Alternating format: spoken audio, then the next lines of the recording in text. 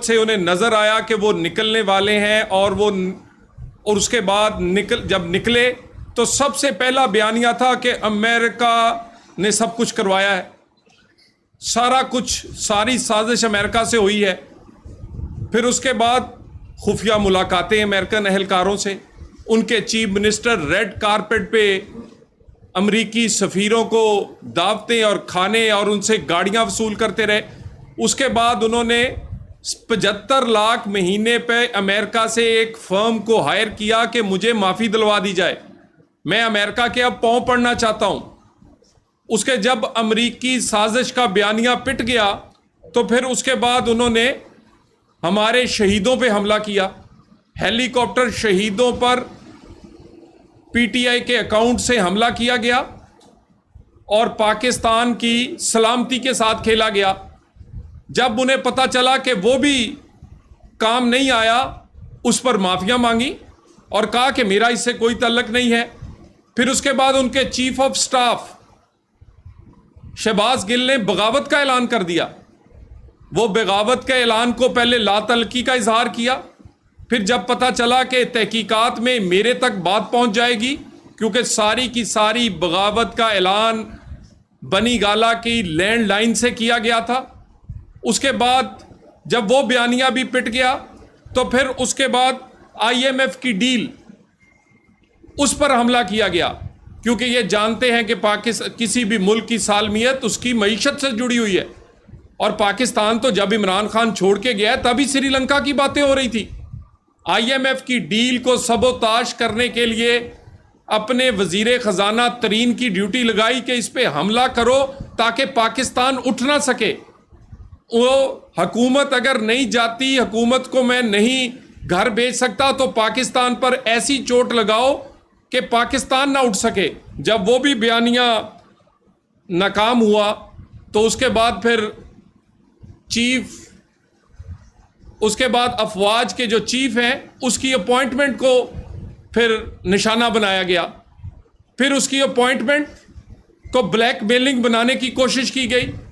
यानी हम तो सुनते आए थे कि वो यजीद हैं, न्यूट्रल हैं, जानवर हैं, मीर जाफर मीर सादक हैं, अमरीकी एजेंट हैं। अचानक से एक दिन खान साहब पहले गले पड़ते हैं, मैंने कहा फिर फौरन पांव पड़ जाते हैं। अचानक उन्हें याद आया, ओहो ये तो गलती हो गई, और फिर कहते हैं वो यजीद नहीं है, वो तो बहुत अच्छे हैं, उनको एक्सटेंशन दे दें।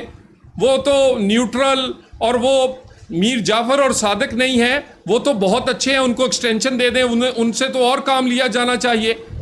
तो ये इसके बाद ये जो कल की एक लीक्स चल रही हैं, हुकूमत इसको इंतहाई संजीदगी से ले रही है।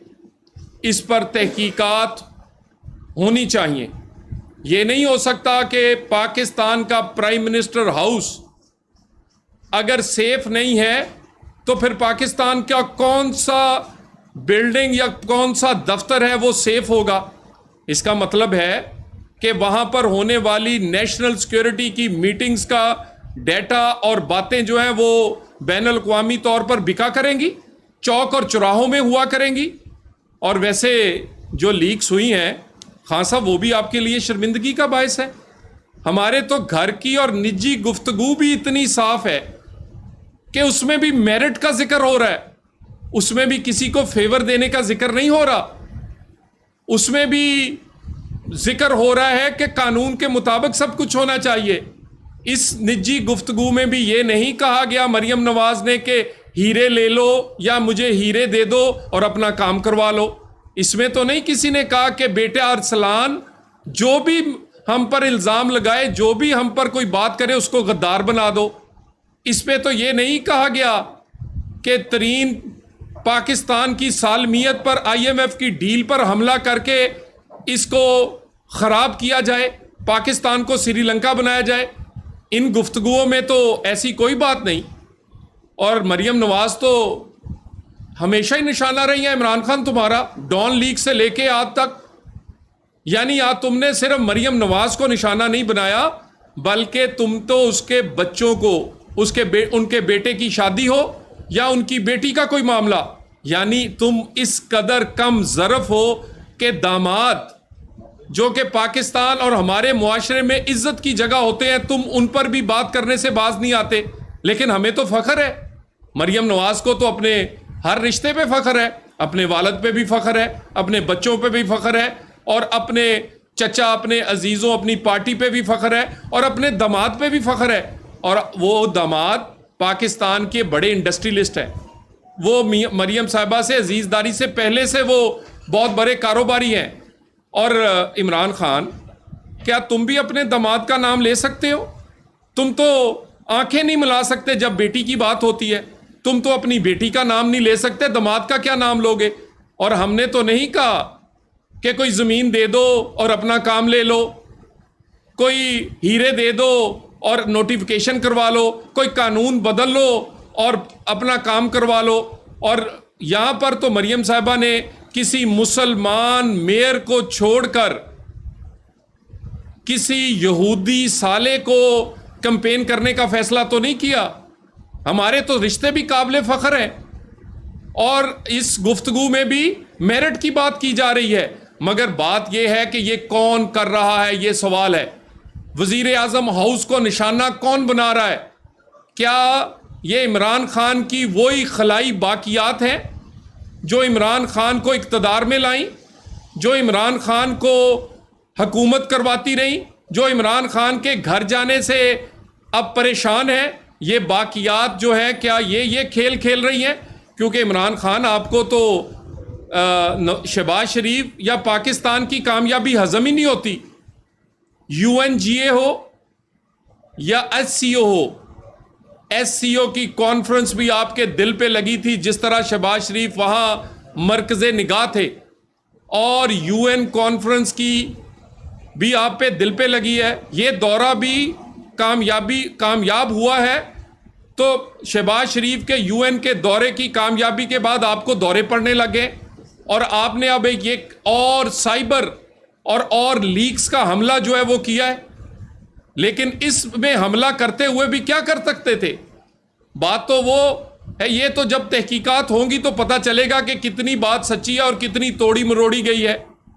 और तहकीकात तो होनी चाहिए। ये पाकिस्तान की सालमियत का मामला है, ये वज़ीर आज़म हाउस की सेंटिटी का मामला है, और ये वहाँ पर तो बहुत अहम बातें पाकिस्तान के मुफाद में होती हैं, और तुम बार बार निशाना बनाते हो मरियम नवाज को, और उसके बाद कहते हैं उसको पहले दिन से आपने डॉन लीग से निशाना बनाना शुरू किया, और आज तक वो आपका निशाना है। और अल्हम्दुलिल्लाह हर गुजरते दिन के साथ वो सुरखरू हो रही हैं। मरियम नवाज पाकिस्तान की वाहिद लीडर हैं जो अभी तक मेंबर नहीं बनी, मगर उन्होंने सजा साबिक वजीर आज़मों वाली काटी है। उन पर कानून वो लगाया गया है जो कि मुंतखब नुमाइंदों पर और हुकूमती एहलकारों पे लगाया जाता है, पब्लिक रिप्रेजेंटेटिव पे लगाया जाता है। यानी मरियम नवाज को जेल भेज दिया, किस बात पर? एक कागज कहा ये जी डीड है। डीड क्या है जी? बहन और भाइयों ने घर बैठ के कोई आपस में बात की है, यानी बहन भाइयों की उस बात पे, वो प्राइवेट एक गुफ्तगू पे किसी कोई 1 रुपया हुकूमत का तो उसमें नहीं था, उसमें तो कोई कौमी मुफाद नहीं था, वो तो घर की बात थी। उस पर आपने उनको अंदर कर दिया, वो अंदर से हो आई। अब नैब मुंह उठा रहा है, अब उसको समझ नहीं आ रही, उसके पास जवाब देने को नहीं है, हर तारीख पर उससे जवाब मांगते हैं। और प्रोसिक्यूटर्स इमरान खान तुम्हारे लगाए गए हैं, ये वो नैब के प्रोसिक्यूटर्स हैं जो तुम्हारे लगाए गए हैं, तुमने चुन चुन के लगाए थे। और उनका बुग़्ज़ नून लीग और नवाज शरीफ के बारे में सारे लोग जानते हैं, उसके बावजूद इस हुकूमत ने हटाए नहीं। ये वो प्रोसिक्यूटर्स हैं जो तुम्हारे ज़ाती वकील रहे हैं और अभी भी तुम्हारे ज़ाती वकील हैं, जो फरा गोगी के केस नैब में लड़ते रहे हैं। उन प्रोसिक्यूटरों को भी जवाब नहीं आ रहा, उनसे सवाल पूछते हैं, कभी कहते हैं कोरोना है, कभी कहते हैं समझ नहीं आ रही, कभी कहते हैं हमें मौका दे दें, कभी कहते हैं हम बीमार हैं। और आप रोज सवाल, 4 साल हो गए हैं, 4.5 साल, कौन से हम फेवर नहीं मांग रहे, हम तो इंसाफ मांग रहे हैं, और वो भी इंसाफ जो 4 साल हो गए हैं। कौन सी ऐसा पाकिस्तान की सियासी शख्सियत है जो लगातार 4.5 साल ECL पे रही हो? मरियम नवाज रही हैं। कसूर कोई नहीं, आज तक दिन तक कोई इल्ज़ाम साबित नहीं हुआ, और पासपोर्ट उनका 3 साल से नैब के पास है, और आज 4 साल इंतजार करते हो गए, रेफरेंस आज तक नहीं आया।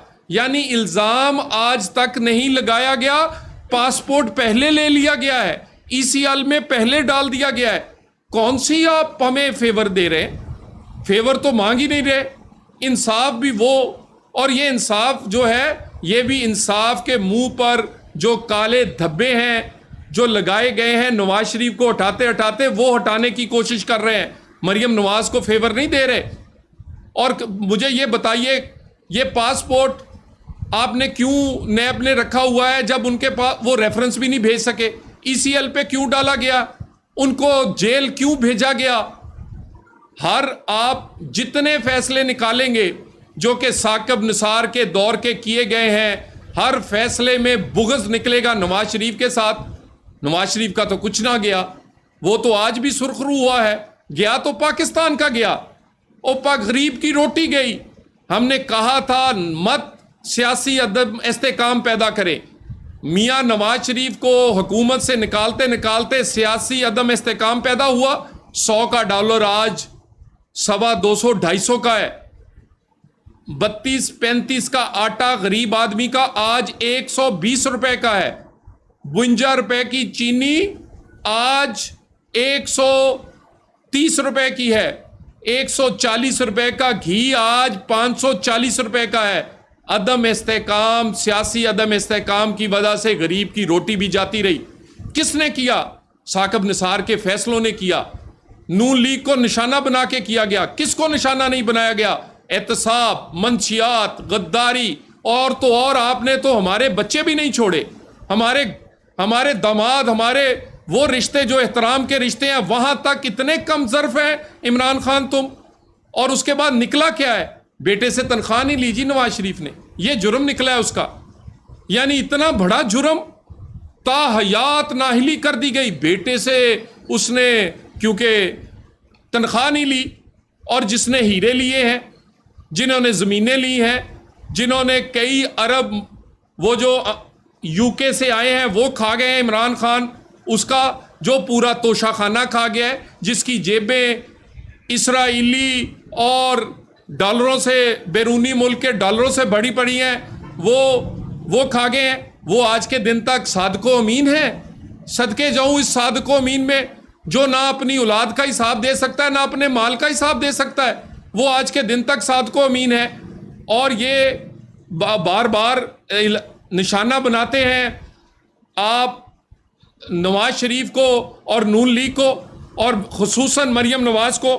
तो ये सारी बातें, इस पर जितने खान साहब जलसे में फरमा रहे थे कल, यानी हम सोच रहे थे लॉन्ग मार्च का ऐलान होगा, इनकलाब की तारीख दे देंगे, लेकिन थूक कर चाटने की आपने तारीख दे दी। आपने कहा मैं तो असेंबली वापस जा रहा हूं, यानी थूक कर चाटेंगे। ये जी ये जो लेटर है इसकी तहकीकात हो जाए। आपको पता है इसकी तहकीकात हो चुकी हैं। नेशनल सिक्योरिटी की मीटिंग में कहा गया है कि इसकी तहकीकात कर ली गई है। इस साइफर की कोई साजिश नहीं निकली, और उस पर जो हुकूमत ने रद्द अमल देना था वो दे दिया हुआ है। तहकीकात तो हो चुकी हैं। यानी इनकलाब की तारीख का इंतजार लोग करते रहे, आपने थूक कर चाटने की तारीख दे दी। और उसके बाद कहते हैं मुझे पता ही नहीं चला इस्टेब्लिशमेंट से तल्लुकात कब खराब हो गए। ना आलू टमाटर की कीमत का आपको पता चलता था हुकूमत में, ना आपको डॉलर की कीमत का पता चलता था, ना आपको पता चला है कि जी इस्टेब्लिशमेंट से तल्लुकात खराब क्या होते हैं। खान साहब होश में हों तो आपको पता चले। और कोई हर चीज तो झूठ है। आपकी सलाहियतें और आपका ये जो आप जितनी आप सलाहियतें आप में हैं वो लोगों को पता है। ये तमाम चीज़ें आपके सामने रखी हैं। इस पर कोई अगर सवाल हो तो मैं तलाल भाई, मरियम नवाज की जानिब से जलसों में कहा गया कि जो पेट्रोल महंगा हुआ है उस पर उनको नवाज शरीफ साहब को ताक़ुदात है, लेकिन जो ऑडियो लीक्स हैं उसमें वो नवाज शरीफ साहब को कह रही हैं कि पेट्रोल की कीमतें बढ़ाएं, लेकिन उसको इस तरह से कि हम पे वो बात ना आए। ये क्या चीज है? मतलब एक तरफ ये आप भी इमरान खान की तरफ यू टर्न ले रहे हैं कि एक तरफ बयानियां देते हैं, दूसरी तरफ खुद कह रहे हैं कि महंगा करते हैं। गुजारिश है कि पेट्रोल महंगा करने की बात हो या बात हो बिजली और गैस के कीमत बढ़ाने की, नून लीग के लिए एक आसान रास्ता था कि वो पाकिस्तान को तनहा छोड़ते, श्रीलंका बनते हुए देखते और छोड़ के वो इलेक्शंस में चले जाते और उसी तरह की शोबदाबाजी करते जैसे इमरान खान ने जाते जाते की है। वो 150 का तेल करके गए थे, हम 100 रुपए का करके घर चले जाते, पाकिस्तान श्रीलंका बनता रहता। दूसरा रास्ता मुश्किल रास्ता था, उस रास्ते पे पाकिस्तान अकेला खड़ा था। उस रास्ते का चुनाव नवाज शरीफ और उसकी अलाइज की हुकूमत ने किया कि पाकिस्तान को श्रीलंका नहीं बनने देंगे, अपना सियासी कॉस्ट पे करेंगे।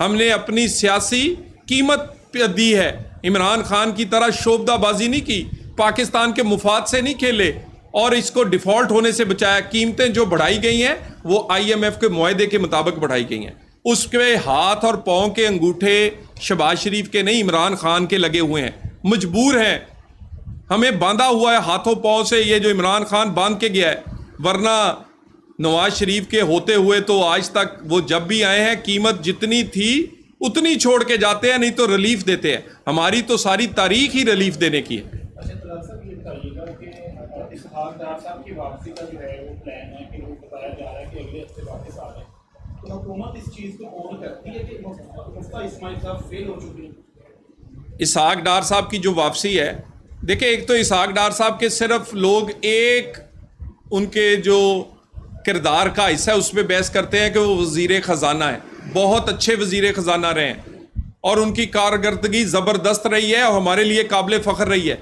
मगर उनकी 50% उनका जो रोल है वो एक पॉलिटिकल मैनेजर भी हैं। वो हमारे सीनियर तरीन आदमी हैं। पाकिस्तान हमारी नून की जब हुकूमत थी 2013 से 18 में, धरना है तो उस पर अगर ड्यूटी लगी है, वो बेशक पैट का धरना है, वो धरना है इमरान खान का, वो तहरीक लब्बैक का है, उससे मुज़ाकरात और उसको कामयाबी से उठवाने की ड्यूटी लगी है तो इसहाक डार की लगी है। कोई कानून साजी है मुश्किल से मुश्किल, वो अगर उसकी ड्यूटी लगी है तो इसहाक डार की। वो कोई इलेक्शन रिफॉर्म्स हो, वो फौजी अदालतें हो, वो कोई और कानून साजी हो, उसको पाया तकमील तक अगर किसी ने पहुँचाया तो इसहाक डार। और अगर कोई भी इसी तरह सियासी जमातों के दरमियान राब्ता कार का रोल प्ले किया है, मामलात को सुलझाया है अच्छे तरीके से, तो वो ड्यूटी लगी है तो इसहाक डार ने वो दी है। हमारी पार्टी के अंदर बेशुमार चीज़ें जो मामलात सुलझाने होते हैं उसे बड़े खुशउस्लूबी से सुलझाते हैं। तो वो सिर्फ एक वज़ीर ख़जाना अच्छे नहीं रहे बल्कि बहुत अच्छे पॉलिटिकल मैनेजर भी हैं और नून लीग को उनकी ज़रूरत है। 4 साल से उनसे भी आपने ज़्यादती कर दी, यानी आपने इसलिए उनको रेफरेंस बना दिया कि उन्होंने अपनी रिटर्न्स नहीं दी थी। और वो जब आपने इंटरपोल को यही केस भेजा तो उन्होंने इमरान खान के मुंह पे मारा कि ये केस तो बनता ही नहीं है। वो तो उसने तो 10 मिनट अपनी रिटर्न्स कभी लेट नहीं की। सो ये सारी की सारी वो केसेस हैं जो पॉलिटिकली मोटिवेटेड पॉलिटिकल इंजीनियरिंग के लिए नून लीग को हटाने के लिए बनाए गए थे।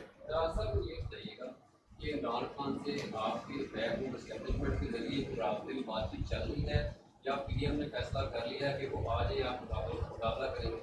देखिए, इमरान खान से जो भी बातचीत होगी वो पार्लियामेंट के अंदर जमातों से हो सकती है और खान साहब पार्लियामेंट में है नहीं। खान साहब की बड़कों से कुछ भी नहीं होगा। और ये जो वो बार बार कहते हैं 25 किलोमीटर की हुकूमत थी, 25 किलोमीटर की हुकूमत ही अपॉइंटमेंट करेगी, 25 किलोमीटर की हुकूमत ही इंतखाबात का करवाएगी, 25 किलोमीटर की हुकूमत ही UN का दौरा हो, SCO का हो या पाकिस्तान के बाकी मामलात हैं, 25 किलोमीटर की हुकूमत ही पाकिस्तान की हकीकत है।